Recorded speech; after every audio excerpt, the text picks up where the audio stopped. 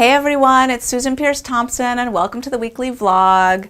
I am excited to be here with you right now because I have an announcement to make.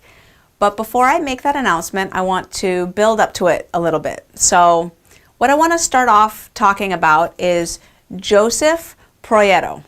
And Joseph Prieto is a researcher and a weight loss clinic researcher in Australia. And starting in 2009, he started to conduct some research about why people wouldn't keep off their weight. He would help people lose weight, but then they would gain it back. And he said this was very strange to him because they were so clearly so motivated to keep their weight off.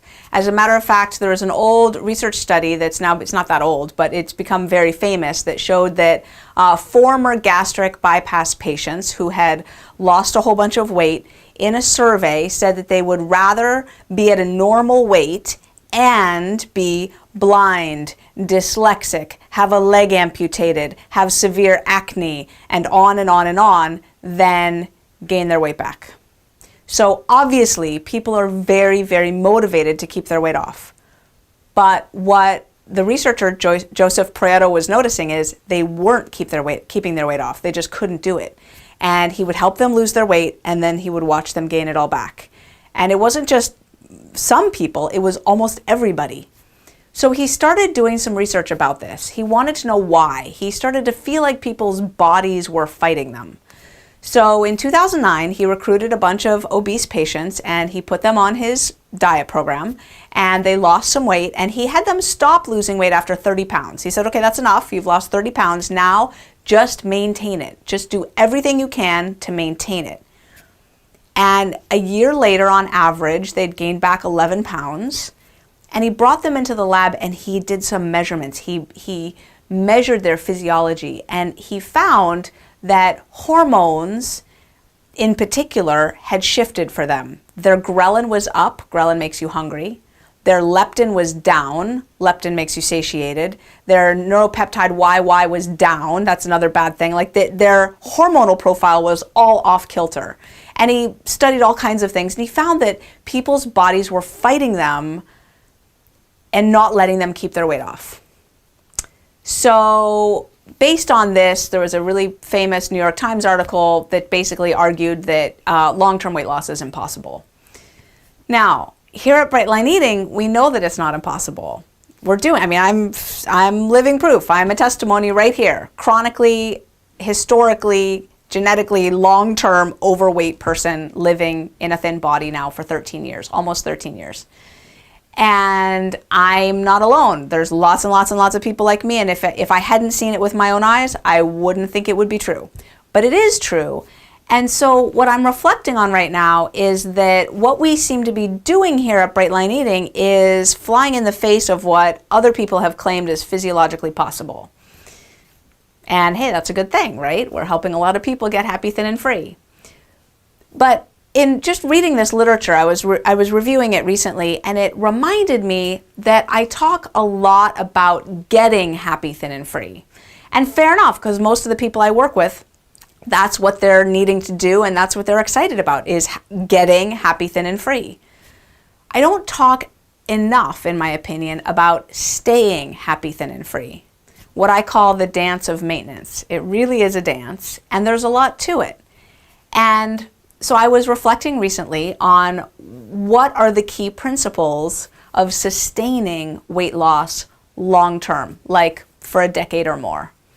And I have boiled it down to three key principles. Three key principles. The first one I will tell you in this vlog right now, and the last two I'm going to talk about at length tonight, because this is my announcement. I am hosting my first ever live stream evening.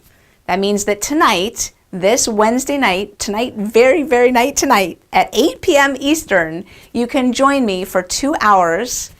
I'm going to invite you into my home, well, it's actually my office, but it's a very cozy office. You'll see I spend a lot of time in this particular room. As a matter of fact, it's probably my favorite place to spend time in the world in terms of awake time. I've decorated it, and it's just so, I just love my office. and I'm going to invite you in. I have a brand new webcam. It's a widescreen webcam, and I'm just going to live stream. I'm just going to talk with you.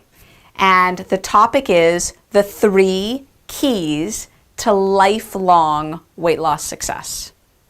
Now, so for those of you who can't make it, but if you register, you'll get a replay link. So I encourage you, I think the replay lasts for a week. So as long as you can schedule 2 hours sometime in the next week to watch it, it's worth registering. You can have it for a week. So anyway, so I'm super excited to do a live stream. I don't know why I've never done a live stream before. Kind of blows my mind that I haven't. I've done a lot of webinars, but I've never done a live stream with a video camera and just being with you.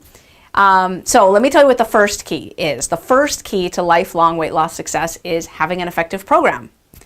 Joseph Proieto, you know what he was doing with his patients? He was putting them on Optifast. Do you know what that is? It's shakes. Shakes, powdered substances mixed in with sweeteners given to people to drink. Research shows that when you drink shakes, they do not satiate you. They leave you feeling hungry. And we all know that sweeteners trigger cravings. There's all kinds of reasons that shakes are not a good idea. And not to mention, after the shakes are over, they go trying to transition people back into the real world eating real food. Like your Optifast experience is over, now go be a sensible eater. So whatever habits they built up during the weight loss phase in terms of having these shakes several times a day, now during the maintenance phase, they're doing something completely different. Like all the habits that they formed now don't serve them at all. They have to figure out something else to do. It's just a completely unhelpful way to invite people to lose weight. That's like wrong on so many levels I can't even tell you. So I'm not surprised that his people, you know, weren't losing weight. Well, they were losing weight, but they weren't keeping it off successfully. And, you know, whatever was going on in their bodies to fight them, I don't know, maybe that's not what happens with Bright Line Eating. It would be very interesting to collaborate with that researcher and see what happens physiologically in the bodies of people who've been doing Bright Line Eating and are maintaining their weight loss. I'd love to see if my ghrelin is up and my leptin is down. I don't think so. I'm feeling pretty good. But anyway, so the first key is having an effective plan to begin with. I think Bright Line Eating is pretty effective, mainly because I've seen it work, you know. And keys 2 and 3 I will share with you tonight. So that's the weekly vlog. Sorry to leave you on a cliffhanger. There's a link right down here below this vlog to register for my first ever live stream, an evening with Dr. Susan Peirce Thompson. I invite you to join me. If you can't make it tonight, register anyway. You'll get a replay link and you'll get to watch it anytime in the next week. And I'm super excited to be with you. We'll do this again, but this is going to be the first, and the first is always kind of special. So that's it. Have a great week. I will talk to you next time.